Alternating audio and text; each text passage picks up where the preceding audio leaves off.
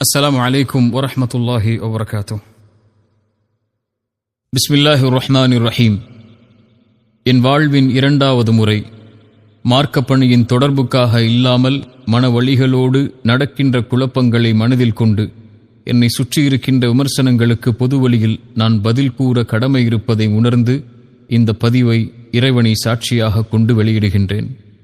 இறை பயத்தை மனதில் கொண்டு பொறுப்புகளோடும் நிதானத்தோடும் பொறுமையோடும் நடக்கின்ற அனைத்தையும் கையாள என் மார்க்கம் காட்டியிருக்கும் வழிகாட்டுதலை எண்ணியவனாக ஆரம்பம் செய்கின்றேன்.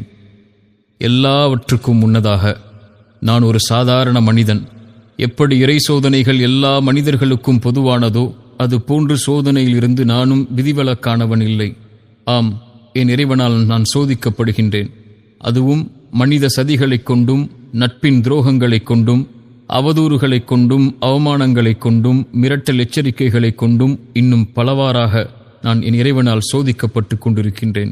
இந்த அனைத்து சோதனைகளும் என் இறைவன் புறத்திலிருந்துதான் வருகின்றது என்ற ஆழமான நம்பிக்கையை மனதில் கொண்டு எல்லா சோதனைகளிலிருந்தும் நேர்மையோடும் நீதியோடும் பொறுமையோடும் இறை பயத்தோடும் அதை கடக்க ஒவ்வொரு நாளின் விடியலை எதிர்பார்த்தவனாகத்தான் என் நாட்களை நகர்த்தி கொண்டிருக்கின்றேன்.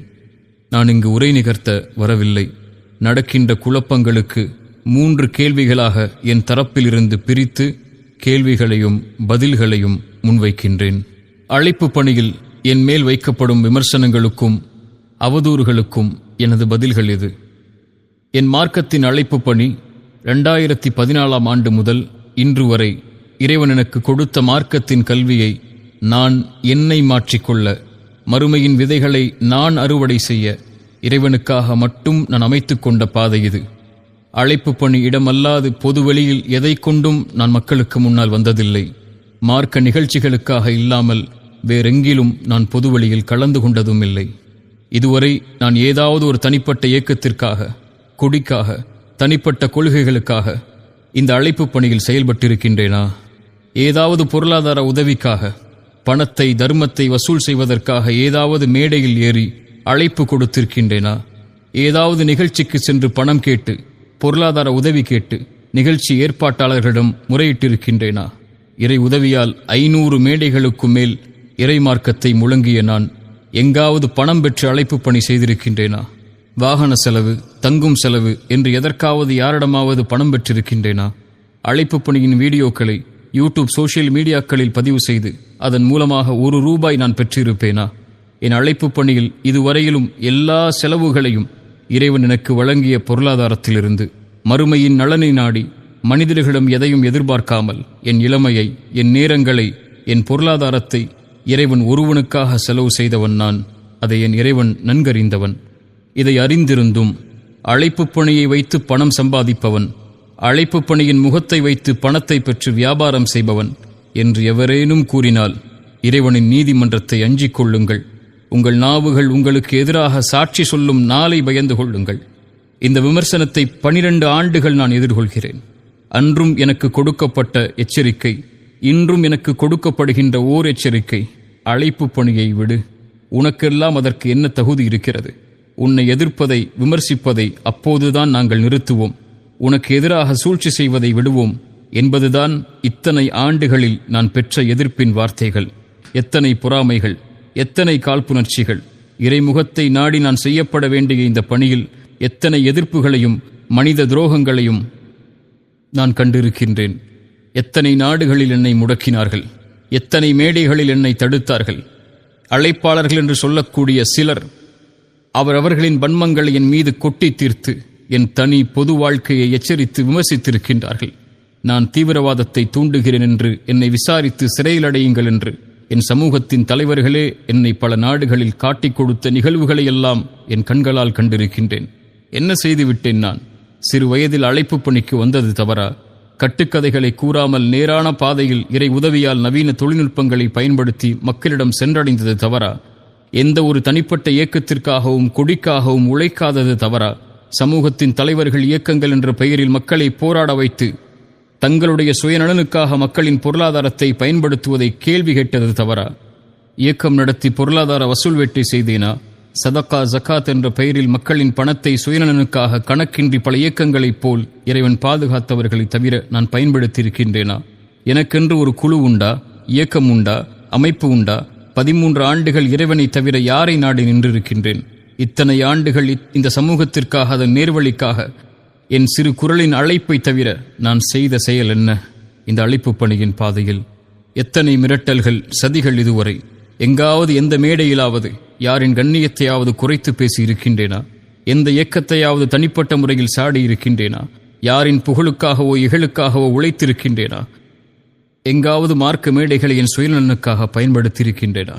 இப்படி இறைவனுக்காக, இறைவனுடைய முகத்தை நாடி செயல்பட்ட எனக்கு ஏன் இத்தனை விமர்சனங்கள் இந்த அழைப்பு பணியில் மட்டும்? இது இறைவனால் வழங்கப்பட்ட பாதை. இதில் மிரட்டல், அவதூறுகள், எச்சரிக்கைகள் எதை கொண்டும் என்னை தடுத்து விடலாம் என்று யாராவது நினைத்தால், என் இறைவன் என்னோடு இருக்கும் வரை, என் உயிர் என்னோடு இருக்கும் வரை அது நடக்காது. எவரும் என்னை தடுத்து விடவும் முடியாது.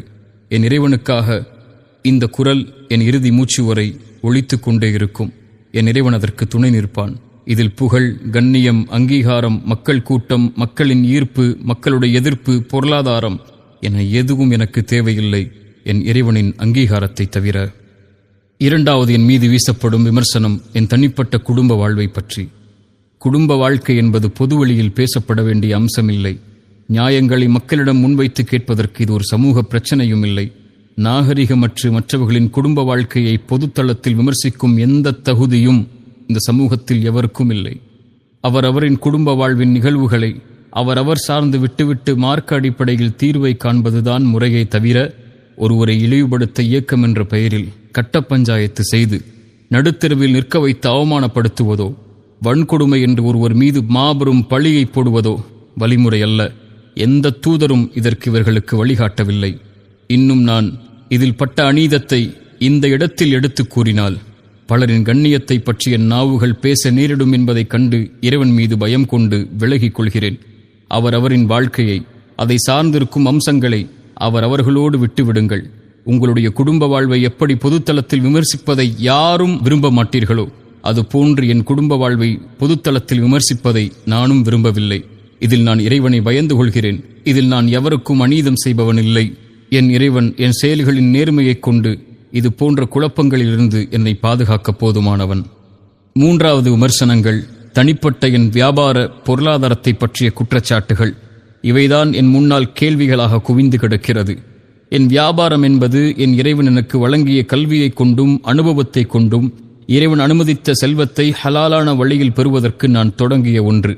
இன்று நேற்று அல்ல, 15 ஆண்டுகள் முதல் இதுவரை இறைவன் அருளால் என் பொருளாதாரம் இந்த வியாபாரத்தின் அடிப்படையில் மட்டுமே அமைந்திருக்கிறது.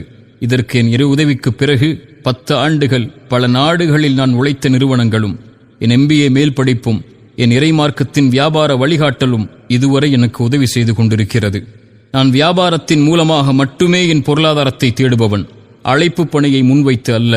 அழைப்பு பணி என் நோக்கம், அது என் தொழில் அல்ல. வியாபாரமே என் தொழில். ஆனால் ஒரு அழைப்பாளன் எப்படி பணம் சம்பாதிக்க முடியும்? இவ்வளவு பெரிய வியாபாரங்களையும் நிறுவனங்களையும் ஒரு அழைப்பாளன் எப்படி நடத்தலாம் என்று என் முன்னால் அவதூறுகளின் கேள்விகளை முன்வைத்தால் இதற்கு நான் பதில் கூற வேண்டிய எந்த அவசியமும் எனக்கு இல்லை. நான் செய்யும் வியாபாரத்தின் நோக்கமே சுய ஒழுக்கத்தோடு வியாபாரம் செய்து செல்வத்தை ஹலாலான வழியில் சம்பாதித்து என் அழைப்பு பணியில் நான் சுதந்திரமாக இறைமுகத்தை நாடி செயல்பட வேண்டும் என்ற நோக்கத்தை தவிர வேறெதுவும் இல்லை என்பதை என் இறைவன் நன்கறிந்தவன்.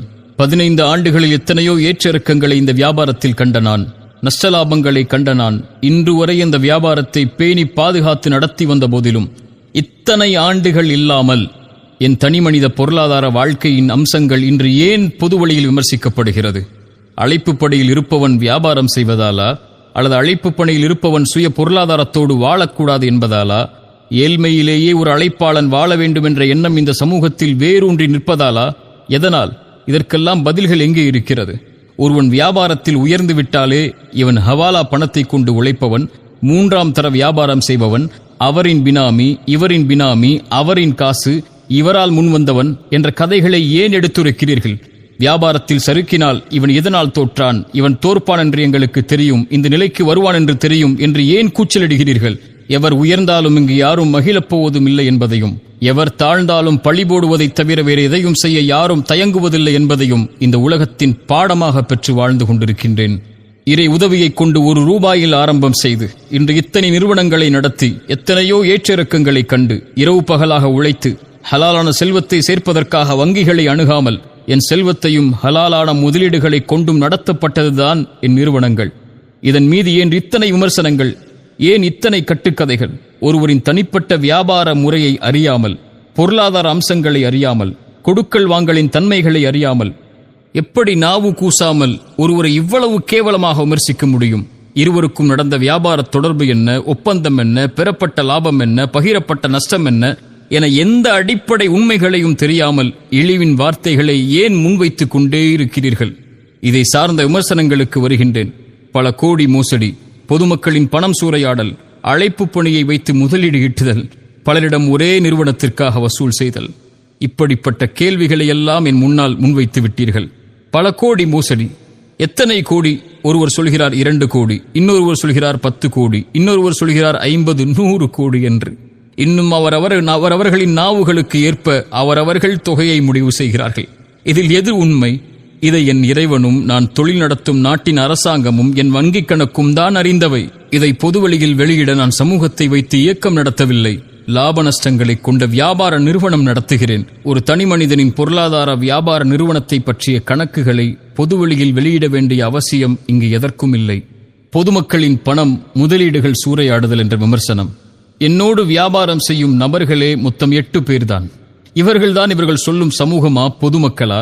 இவர்கள் நேற்று இன்றுதான் என்னோடு வியாபார தொடர்பில் உள்ளவர்களா? இவர்கள் வியாபாரத்தில் எந்த அடிப்படையும் தெரியாமல் நான் அழைப்பாளன் என்பதால் மட்டும் லாபத்தை எதிர்பார்க்காமல் முதலீடு செய்தவர்களா? இவர்களுக்கும் எனக்கும் உள்ள தொடர்பு, கொடுக்கல் வாங்கல் சமூகத்தின் மத்தியில்தான் முடிவு செய்யப்பட்டதா? சில நபர்களுக்கும் ஒரு நிறுவனத்திற்கும் நடக்கும் கொடுக்கல் வாங்கல், லாப நஷ்ட பகிர்வு ஏன் சமூகத்தின் மத்தியில் பொதுவெளியில் விமர்சிக்கப்படுகிறது? சமூகத்தில் உள்ள எல்லா வியாபாரிகளின் வியாபார தொடர்பும் கொடுக்கல் வாங்கலும் இப்படித்தான் பொதுவெளியில் விமர்சிக்கப்படுமா? யாராவது இதை ஏற்றுக்கொள்வார்களா? ஒரு அழைப்பாளன் பொதுவெளியில் இருக்கிறான் என்பதற்காக அவனுடைய தனிப்பட்ட பொருளாதார கணக்குகள் பொதுவெளியில் பகிரப்பட வேண்டும் என்பதுதான் நீதியா?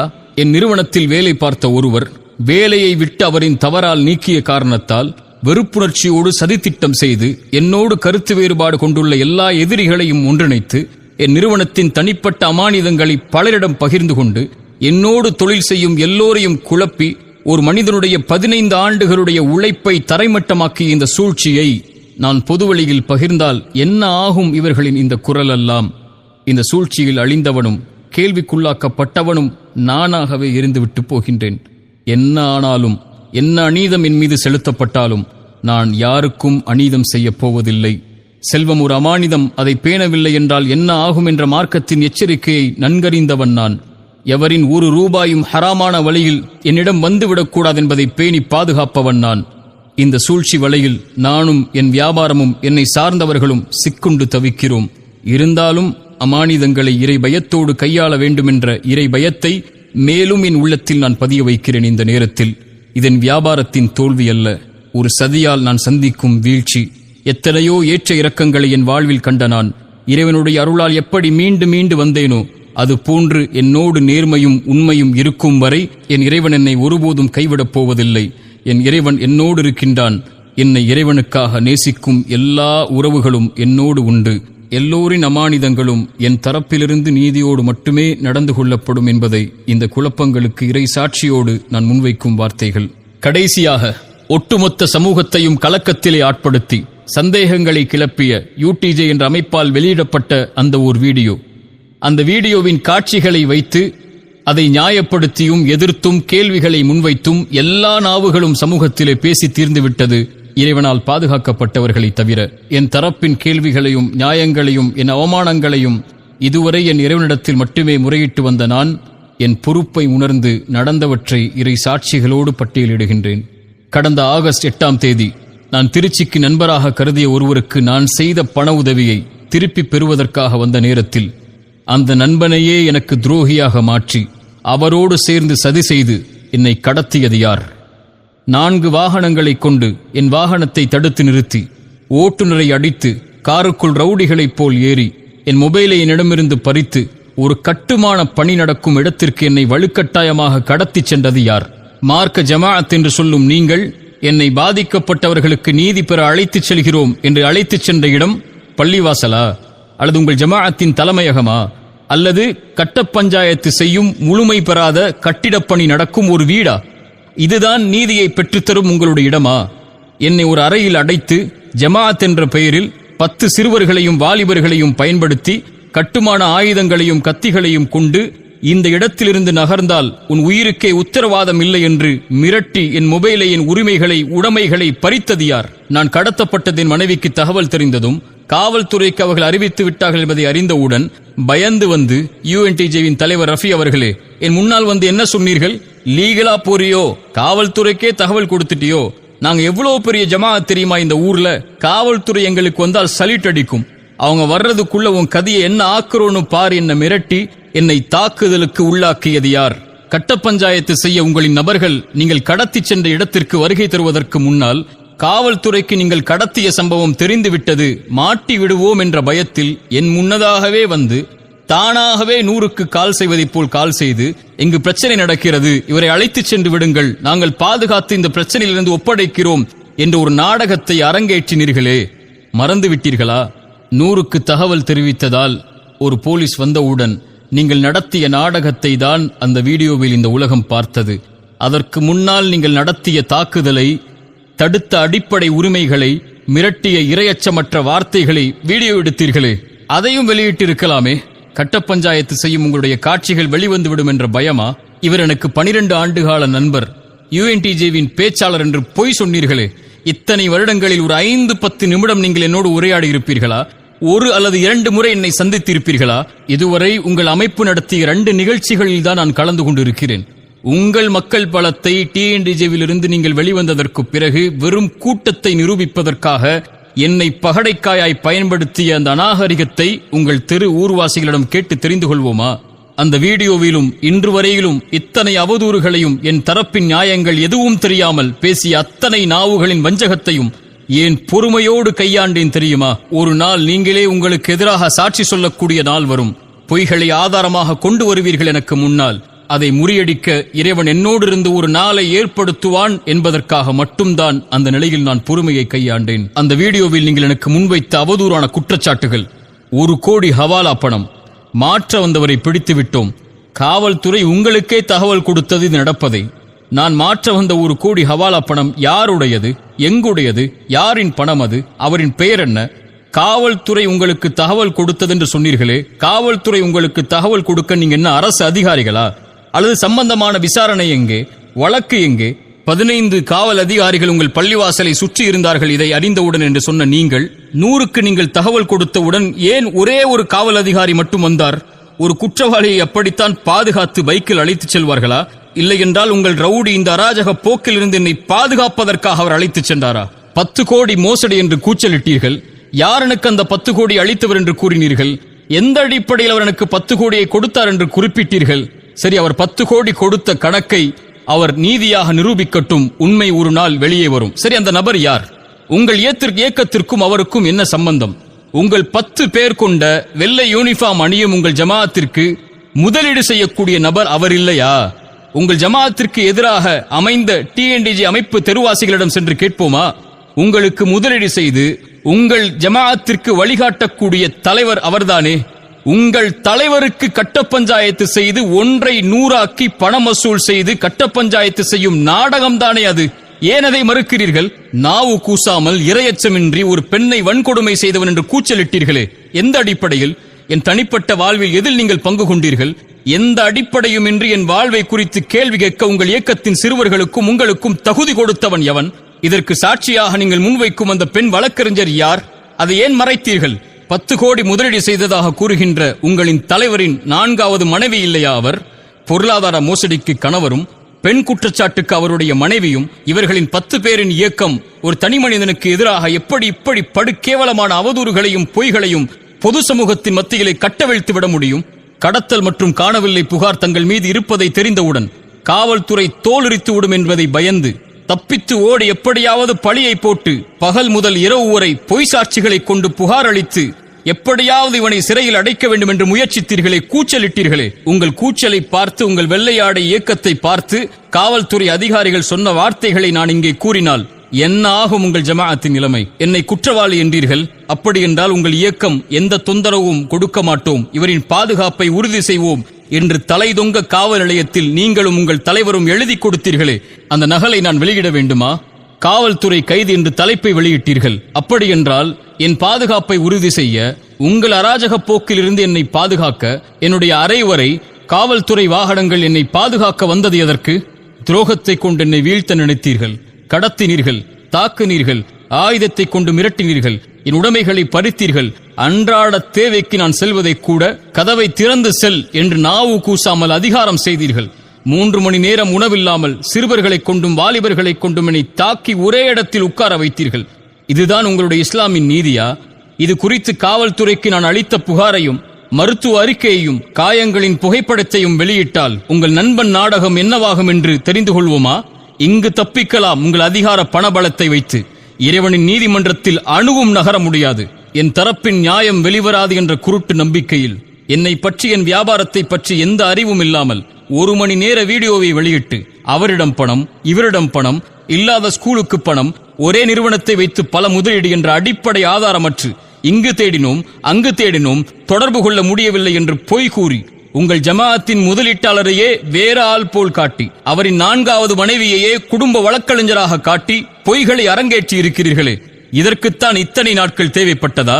அவரிடம் பணம், இவரிடம் பணம், இத்தனை முதலீடு என்று 1 வாரமாக என்ன செய்வதென்று தெரியாமல் என்னோடு தொடர்பில் இருந்த எல்லோருடைய பட்டியலையும் வாங்கி, பணம் திருப்பி கொடுக்கப்பட்டவர்களின் பட்டியலையும், லாபங்களை வாங்கிக் கொண்டு என்னை விட்டு சென்று விட்டவர்களின் பட்டியலையும், எந்த வியாபார அறிவும் இல்லாமல், உடன்படிக்கைகளை பார்க்காமல், 2 தரப்பின் நியாயங்களை பார்க்காமல் ஒருவர் மீது பொருளாதார பழிபோட ஏன் இவ்வளவு போராடுகிறீர்கள்? சரி, என்னை விமர்சித்தீர்கள். சரி, என்னிடத்திலே உங்களுக்கு 1000 முரண்பாடுகள் இருக்கலாம். இதற்கு எல்லளவும் தொடர்பு இல்லாத ஒரு முசல்மாவாகிய என்னுடைய அன்பிற்குரிய மனைவியை ஹலாலான முறையில் திருமணம் செய்து வாழும் ஒரு பெண்ணை நாவு கூசாமல், நாவுகள் பேச தயங்கும் நரம்பில்லாத வார்த்தைகளை வெட்க உணர்வில்லாமல் நடுத்தரவில் வைத்து ஒரு கண்ணியத்திற்குரிய ஒரு பெண்ணை பேச உங்களுக்கு தகுதி கொடுத்தவன் எவன்? உங்கள் குடும்ப பெண்களுக்கு, பிள்ளைகளுக்கு முன்னால் இதே வார்த்தையை பயன்படுத்துவீர்களா? இப்படித்தான் இறை தூதர் உங்களுக்கு வழிகளை கற்றுக் கொடுத்தார்களா? ஒரு முசல்மாவாகிய ஒரு பெண்ணின் கண்ணியத்தை இறக்குவதற்கு உங்களுக்கு எவர் தகுதி கொடுத்தது? என் வீட்டிற்கு ஆள் அனுப்பி என் தந்தை தாயை மிரட்டி ஒரு ஒப்பந்தத்தில் கையெடுத்திடும் வரை வீட்டை விட்டு வெளியேற மாட்டோம் என்று உங்களின் தலைவரின் 4வது மனைவியையும் அடியாட்களையும் வைத்து வற்புறுத்தி கையெழுத்து ஒன்றை வாங்கிச் சென்றீர்களே, மறந்து விட்டீர்களா? அதை மறைத்துவிட்டு பேசுகிறீர்களா? 5 மாதங்களாக என் நிறுவனத்தில் வேலை பார்த்து நாகரிக குறைவால் நீக்கப்பட்ட ஒரு பெண்ணை கையாளாக வைத்துக் கொண்டு மற்ற ஊழியர்களுக்கு பணம் கொடுத்து என் தம்பிகளாக, உறவுகளாக நான் என் சொந்தம் போல் வளர்த்தெடுத்த என் ஊழியர்களை முதுகில், நெஞ்சில் எனக்கே குத்த வைத்து, என் பத்திரங்களை, காசோலைகளை திருட வைத்து, என்னோடு வியாபாரம் செய்யும் எல்லா நபர்களையும் குழப்பி, ஒரு நிறுவனத்தை அல்லாமல் ஒரு தனி மனிதனின் வாழ்க்கையை அழிக்க துடிக்கும் உங்களுக்கு என் இறைவன் எதை கூலியாக கொடுப்பான் என்பதை பொறுத்திருந்து பாருங்கள். உங்களின் அரசியல் பணபலத்தை வைத்து எதையும் நிரூபித்து எனக்கு ஆதரவாக பேசும் எல்லோரையும் திருப்பும் முயற்சியில் கூட நீங்கள் வெற்றி பெற்று விடலாம். இறைவனிடத்தில் எப்படி தப்பிப்பீர்கள்? பொய் புகார்களை கொடுத்து, பொய்யான வழக்குகளை கொண்டு, அரசியல் பணம் விளையாட்டை வைத்துக் கொண்டு உங்கள் கடத்தல் தண்டனையை வேண்டுமானால் இந்த உலகத்திலிருந்து நீங்கள் தடுத்து விடலாம். இறைவனின் நீதிமன்றத்தில் எப்படி நீங்கள் தப்பிப்பீர்கள் என்பதை பயந்து கொள்ளுங்கள். இது குறித்த அவதூறுகளில் 10, 50, 100 கோடி என்று எந்த கணக்குகளும் இல்லாமல், நாவின் நரம்பில்லாமல் ஒருவர் மீது பழி போடும் இந்த மிகப்பெரிய பழிச்சொல்லை பயந்து கொள்ளுங்கள். ஒருவரின் கண்ணியத்தை அளிப்பதற்காக பெண் பொருளாதார குற்றச்சாட்டை கொடுத்தால் இறைவனால் கொடுக்கப்பட்ட கண்ணியத்தை உங்கள் கரத்தால் பறித்துவிட முடியும் என்ற இறை நம்பிக்கையின் அவாவை பயந்து கொள்ளுங்கள். உங்கள் செல்வ ஆசைக்கு உங்கள் நஷ்டங்களை மறைக்க ஒருவரின் மானத்தை அடகு வைக்கும் இந்த முயற்சியை பயந்து கொள்ளுங்கள். இறுதியாக, நான் நேசிக்கும் என் சமூகத்திற்கு ஒரு செய்தியை கேள்விப்பட்டால் எந்த ஆராய்வும் செய்யாமல், 2 தரப்பின் எந்த நியாயங்களையும் அறியாமல், 2 தரப்பின் எந்த வாதங்கள் விவாதங்களையும் அறிந்து கொள்ளாமல் ஒரு தரப்பை நியாயப்படுத்தி இன்னொரு தரப்பை மரணிக்க செய்து விடாதீர்கள். இறைவன் அதைத்தான் நமக்கு அறிவுரையாக சொல்கிறான். எந்த ஒரு அறிவும் இல்லாமல் எந்த ஒன்றையும் வெளிப்படுத்தாதீர்கள் என்று. இறைத்தூதர் சொன்னார்கள், கேட்பதையெல்லாம் மக்களிடத்திலே பகிர்ந்து கொள்பவன் பொய்யன் என்று. இறை நம்பிக்கை கொண்ட ஒரு அடியாருடைய பண்பை இறைமறை சொல்லுகிறது. ஒரு இறை நம்பிக்கையாளனை பற்றி அவதூறோ தவறான செய்தியோ வந்தால் அவர் அதை செய்திருக்க மாட்டார், அது மிகப்பெரிய அவதூறாகத்தான் இருக்கும் என்று தங்களின் மீது நல்லெண்ணம் கொள்வார்கள் என்று இறைமறை சொல்கிறது. தன் சகோதரன் மீது நல்லெண்ணம் கொள்வதை தன் மீது நல்லெண்ணம் கொள்ளக்கூடிய காட்சியாக இறைமறை நமக்கு அறிமுகப்படுத்துகிறது. யாரை பற்றியும் பேசாதீர்கள், யாருடைய கண்ணியத்தை பற்றியும் பேசுவதற்கு நமக்கு தகுதி இல்லை. யாரையும் அவமானப்படுத்துவதற்கோ, யாரையும் குறை காண்பதற்கோ, யாருக்கும் தீர்ப்பளிப்பதற்கோ நாம் உரிமையாளர்கள் அல்ல. எத்தனையோ தீர்ப்புகள் எனக்கு எதிராக அளிக்கப்பட்டு விட்டது. எத்தனையோ என் கண்ணியத்தை இழிகளைக்கக்கூடிய செயல்களை பலர் இந்த சமூகத்திலே செய்து விட்டார்கள். இறைவனிடத்தில் இவை எல்லாவற்றையும் ஒப்படைக்கிறேன். என் தோழர்களாகிய, என்னை நேசிக்கக்கூடிய, இறைவனுக்காக என்னோடு இருக்கக்கூடிய சகோதரர்களுக்கு நான் சொல்லக்கூடிய வார்த்தை ஒன்றுதான்: எவரை பற்றியும் பேசாதீர்கள், யாருடைய குறைகளையும் வெளிப்படுத்தாதீர்கள். தன் குறைகளை மட்டுமே கண்டதை சீர்படுத்திக் கொள்ளுங்கள். ஒவ்வொருவரும் மனிதர்கள்தான், ஒவ்வொருவரும் தவறு செய்யக்கூடியவர்கள்தான். தவறுகளில் இருந்து தன்னை திருத்தி மீட்டெடுத்துக் கொள்பவர்கள்தான் இறைவனிடத்தில் மேலானவர்கள். அப்படிப்பட்ட சமூகமாகத்தான் நாம் நம்மை வளர்த்திருக்க வேண்டுமே தவிர, குறையுடையவர்களையும், தவறு செய்பவர்களையும், விமர்சனத்திற்கு உள்ளாக்கப்பட்டவர்களையும் தீர்ப்பு கொடுத்து அழிப்பது இறை நம்பிக்கையாளனின் குணமல்ல. இறைவன் அதிலிருந்து எம்மை பாதுகாக்கட்டும். இறைவனிடத்தில் பிரார்த்தனை செய்கிறேன், யாரெல்லாம் இந்த அவதூறுகளில் இருந்து விலகி இருந்தார்களோ அவர்களுக்கு இறைவன் கண்ணியத்தை தரட்டும். யாரெல்லாம் அறியாமல் இந்த அவதூறுகளில் சிக்கி தவித்தார்களோ அவர்கள் எல்லோருடைய பாவங்களையும் இறைவன் மன்னிக்கட்டும். கடைசியாக, என் போல் சோதிக்கப்படுகின்ற எல்லோர்களுக்கும் நான் சொல்லக்கூடிய வார்த்தை: லா தஹஃப் லா தஹ்சன், கவலை கொள்ளாதீர்கள், பயம் கொள்ளாதீர்கள். எதுவாயினும் இறைவன் நம்மோடுதான் இருக்கின்றான். இதை தவிர இந்த விமர்சனங்களுக்கு நான் எதையும் கூறப்போவதும் இல்லை. இந்த விமர்சனங்களுக்காக எந்த ஒரு வீடியோவையோ ஆடியோவையோ இனிமேல் வெளியிடப் போவதும் இல்லை. யார் தூற்றினாலும் அதை குறித்து கவலை இல்லை, யார் போற்றினாலும் அதை குறித்தும் கவலை இல்லை. எவரின் அங்கீகாரத்தை கொண்டும் இந்த சமூகத்திற்காக நான் உழைக்கவில்லை, என் இறைவனின் அங்கீகாரத்தை தவிர. இறைத்தூதரின் வார்த்தையை எனக்கே முன்வைக்கிறேன்: இறைவா, இந்த ஒட்டுமொத்த சமூகமும் என்னை புறக்கணித்தாலும் நீ என்னோடு இருக்கும் வரை எதை குறித்தும் எனக்கு கவலை இல்லை. மேலும் அபூதர்தாவின் வார்த்தைகளை இந்த சமயத்திலே கூறிக்கொள்கிறேன்: ஒருவேளை என் மானத்தை உங்களுக்கு முன்னால் கடன் கொடுக்கிறேன். வறுமையின் நாள் வரும், பேசுங்கள், எதை வேண்டுமானாலும் அது நன்மைகளாக திருப்பி வரும் என்ற நம்பிக்கையில் நான் பயணிக்கிறேன். இதை தவிர எந்த ஒரு ஆடியோவோ வீடியோவோ என் சார்பாக இந்த குழப்பங்களுக்கு வெளியிடப்படவில்லை. வெளியிடப்பட்டதாக சொல்லப்படுகின்ற எத்தனையோ ஆடியோக்கள் இதற்கு முன்னதாக பேசப்பட்டவை. இறைவன் எல்லாவற்றையும் நன்கறிந்தவன். எல்லா பிழைகளையும் இறைவன் மன்னிக்கப் போதுமானவன். எல்லா குறைகளையும் மறைக்கப் போதுமானவன். எல்லோர்களுக்கும் இறைவன் நேர்வழி காட்டி எல்லோர்களுடைய செயல்களையும் இறைவன் அங்கீகரிக்கட்டும். அஸ்ஸலாமு அலைக்கும் வரஹ்மத்துல்லாஹி வபரகாத்துஹு.